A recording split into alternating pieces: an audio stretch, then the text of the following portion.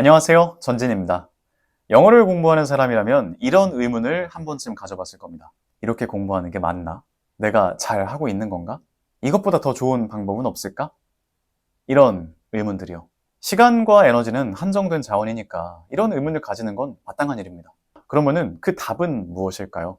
이번 영상에서는 그 답을 찾기 위해 Second Language Acquisition, 제2 언어 습득론의 중요한 개념들을 소개해드리고 그것을 일상에 어떻게 적용할 수 있는지 함께 이야기 나눠보겠습니다. 오늘 소개해드릴 첫 번째 개념은 Comprehensible Input, 즉 이해 가능한 인풋입니다. 인풋이라는 것은 나에게 들어오는 모든 언어적인 자극을 말합니다.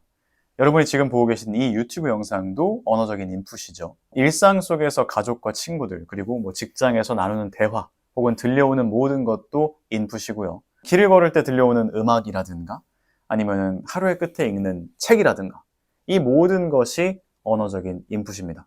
그렇다면 인풋이 왜 중요하냐? 인풋이 없으면 언어 습득은 일어날 수 없기 때문입니다.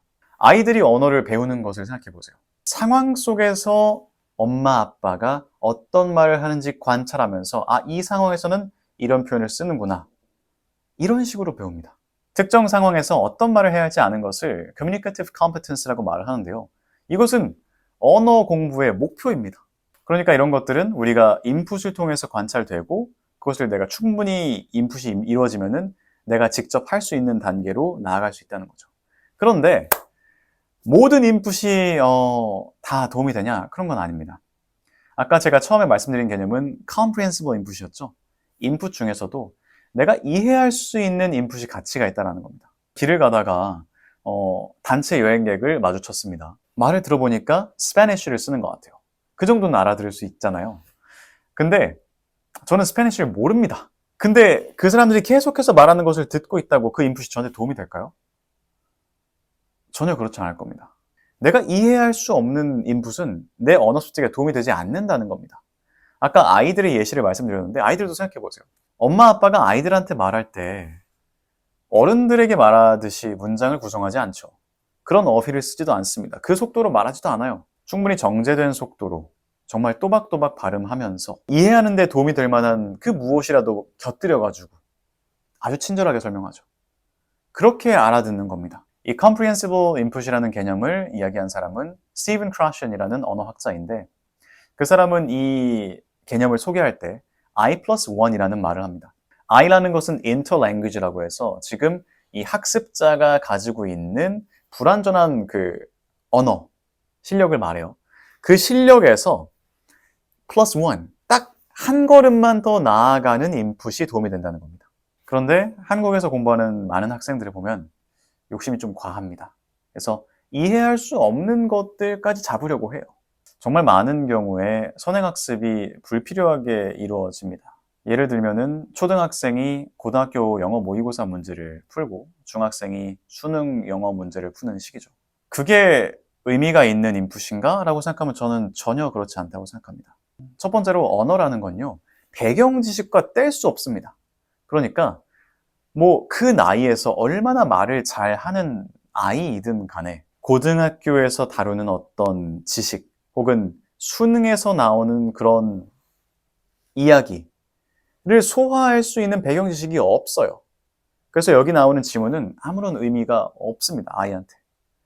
그걸 억지로 이해시켜야 될까요? 전혀 그렇지 않다고 봅니다. 전혀 그렇지 않아요. 왜냐면은 그 과정이 이따가 세 번째 개념을 이야기할 때 다시 나올 것 같은데 그 과정이 전혀 즐겁지가 않거든요. 우리가 일상에서 이 comprehensible input이라는 개념을 적용해 본다면은 이런 식입니다. 책을 볼 때, 원서 책을 볼 때 한 페이지에 모르는 단어가 2개를 넘으면은 맞는 레벨이 아닙니다.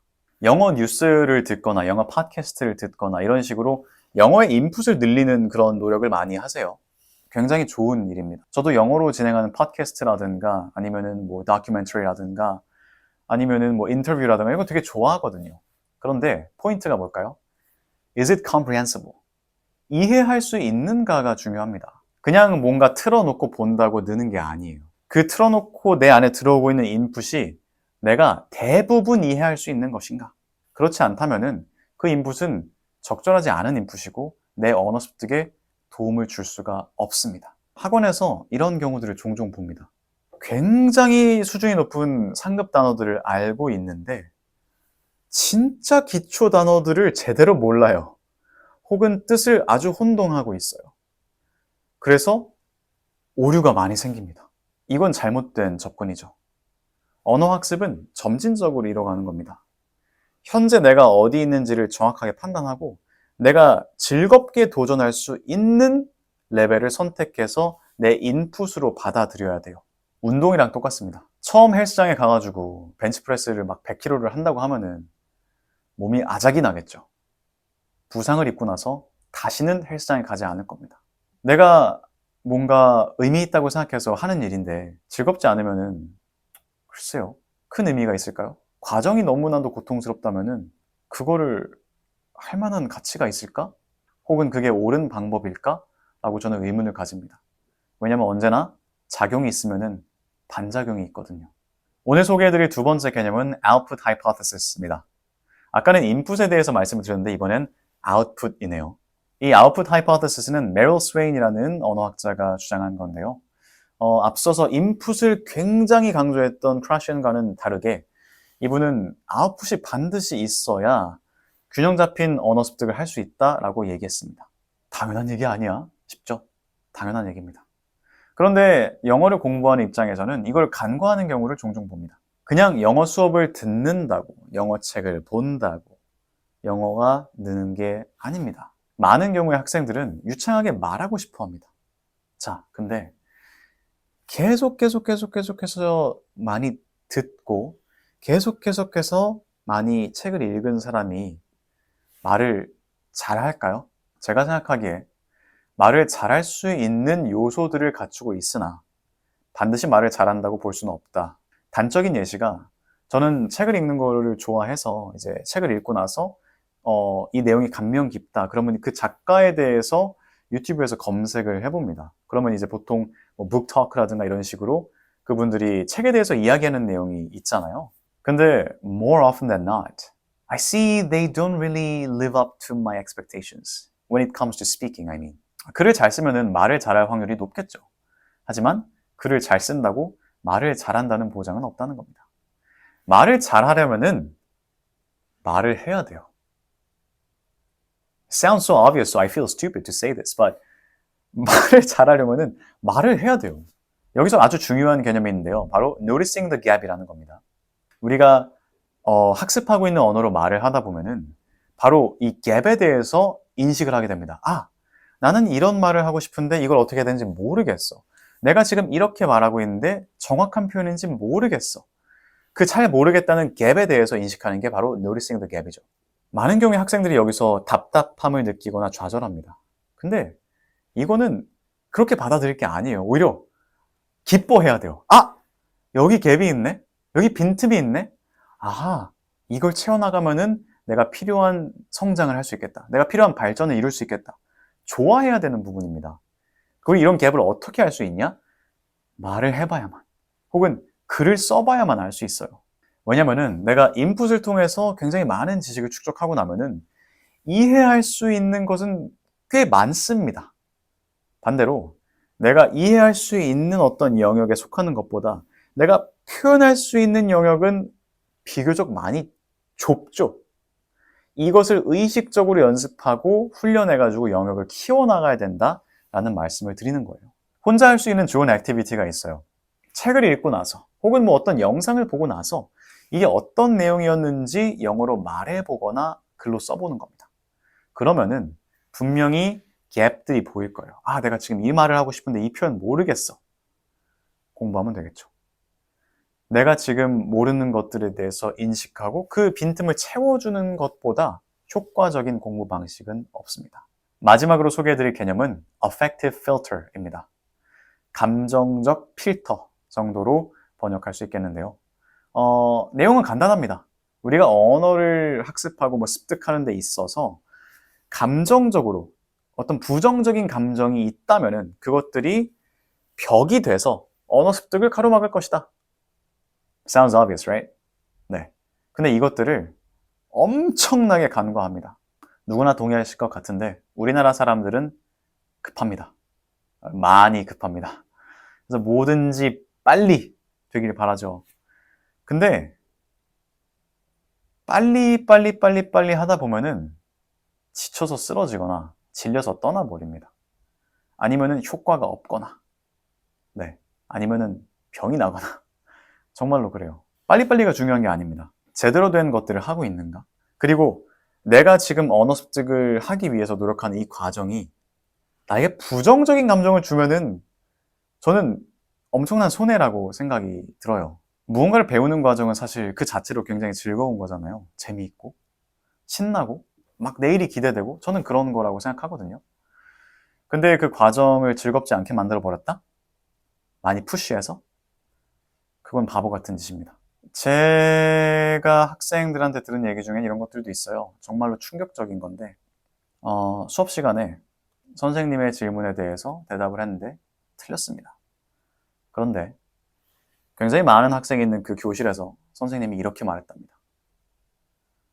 너는 대가리가 장식이냐? 배우려고 그곳에 있는 거잖아요. 가르치고 있는 사람보다 잘 모르니까 가르치는 사람이 가르치는 사람인 거고 배우는 사람이 배우는 사람인 거잖아요. 근데 그딴 말을 하면 안 되죠. 학원에서 근데 뭐 그거는 심한 example이라고 생각하실 수도 있는데 빈번합니다. 빈번해요. 아이들을 공개적으로 망신 주는 거? 성적표에 이름, 실명으로 기재해가지고 복도에다 붙여놓는 거? 그러한 풍조가 있는 이러한 사회에 배움이 즐거울 수 있겠습니까? 저는 학원에서 대체로 가장 높은 레벨의 아이들을 지도를 했는데 정말 슬픈 게 뭐냐면요. 가장 높은 레벨에 있는 아이들이 엄청 겁을 먹고 있어요. 무슨 겁을 먹고 있냐? 내가 이 반에서 실수해가지고 쪽팔리는 거에 대한 겁을 먹고 있어요. I always tell them, you are here to make mistakes. Making mistakes is the only way to improve and possibly the fastest way to improve. If you're afraid to make mistakes, you're done there. There's no more improvements. So you decide. 실수를 두려워하는 순간 발전은 끝납니다. 그런데 학생들은 어리잖아요. 물론 성인 학생들도 있죠. 그런데 실수에 대해서 관대하지 않은 그런 분위기, 그게 클래스룸의 분위기이든지 우리가 속해 있는 공동체의 분위기이든지 그거는 너무나도 중요합니다. 우리나라의 affective filter는 너무 높습니다. 거의 벽이에요, 벽. 이거는 함께 노력해 가야 하는 부분이라고 생각합니다. 영어를 가르치는 입장이라면 내가 하는 말과 행동 혹은 내가 학생을 대하는 태도가 어떻게 이 학생의 언어 학습과 이 학생의 삶에 어떤 영향을 미칠지 반드시 생각해 봐야 된다고 생각을 하고요. 언어를 학습하는 사람의 입장에서는 조급해하지 않았으면 좋겠어요. 비교하지 마세요. 특히 남들과 비교하는 건 의미가 없습니다. 출발점도 다르고요. 시간을 투자해온 것도 다르고요. 그리고 we're all built different. 다 다른 재능을 가지고 태어났단 말이에요. Compare yourself to who you were yesterday, not to someone else's today. 어제 나보다 발전했으면은 대단한 거예요. 그리고 그게 내가 통제 가능한 유일한 변수입니다. 다른 사람의 발전을 내가 뭐 어떻게 하고 말고 할 거 아니고요. 다른 사람의 인생에 관여할 것도 아니잖아요. 중심을 내 안에 두고 조급한 마음 내지 말고 차분하게 내 페이스를 존중하면서 나아갔으면 좋겠습니다. 그러면은 그 과정도 즐겁고 결과도 너무나 만족스러울 거예요. 이번 영상에서는 언어 습득론의 중요한 개념들을 소개해드리고 그리고 이것들을 어떻게 우리 삶에 적용해 볼 수 있는지 함께 얘기해 봤습니다. 책으로 연애를 배웠다라는 그런 말 있잖아요. 연애에 대한 책을 아무리 읽어도 진짜로 연애해보지 않으면은 잘 해낼 턱이 없습니다. 오히려 연애에 대한 책을 한 권도 읽지 않아도 연애를 아주 많이 해본 사람이라면은 아주 도사겠죠. 책을 써도 될 겁니다. 그러면은. 네, 무슨 말이냐? 언어를 잘하기 위해서는 직접 내가 많이 해봐야 된다는 겁니다. 인풋은 중요하지만 내가 이해할 수 있는 인풋으로 내 주변 환경을 채워보자. 인풋을 아무리 많이 입력해도 내가 직접 말하지 않으면은 소용이 없다. 그리고 말을 하고 글을 쓰는 과정에서 내가 가지고 있는 빈틈을 찾고 그 빈틈을 반가워하면서 채워나가자. 마지막으로 내가 학습에 대해서 부정적인 감정을 가지고 있다면 학습은 제대로 이루어질 수가 없다. 효과적인 학습을 위해서는 내가 긍정적인 태도를 가지고 공부하는 게 필요하다. 그렇다면 조급함을 조금 내려놓고 어제의 나와 오늘의 나를 비교하면서 뚜벅뚜벅 한 걸음씩 나아가자. 이번 영상이 도움이 되셨다면 구독과 좋아요 부탁드립니다. 저는 다음 시간에도 쓸데있는 영어로 여러분을 찾아뵙겠습니다. Until next time, stay curious.